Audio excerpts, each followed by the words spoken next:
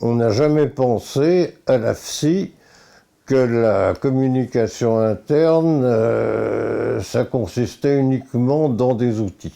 La communication interne, ça sert à améliorer l'efficacité de l'entreprise, et je dirais ça sert à aider les gens, salariés, à être les moins malheureux possibles dans leur travail. C'est le premier choc pétrolier qui a provoqué la naissance de la communication.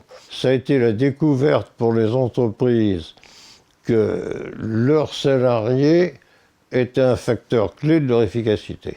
Depuis les années 90, et on est en plein dedans encore maintenant, une découverte qui est beaucoup plus difficile, c'est la découverte des actionnaires. L'actionnaire, maintenant, est l'acteur critique de l'entreprise.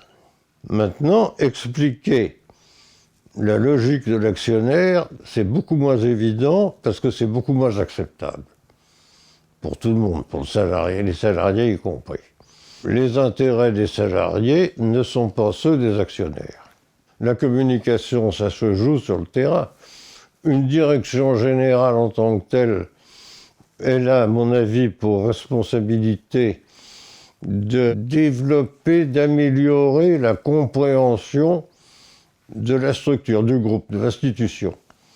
Mais pour le reste, c'est pas elle qui fait la communication.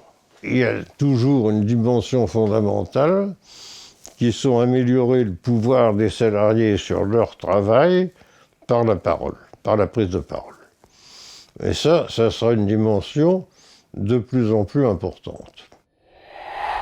Je souhaite un très bon anniversaire à l'AFSI pour ses 30 ans.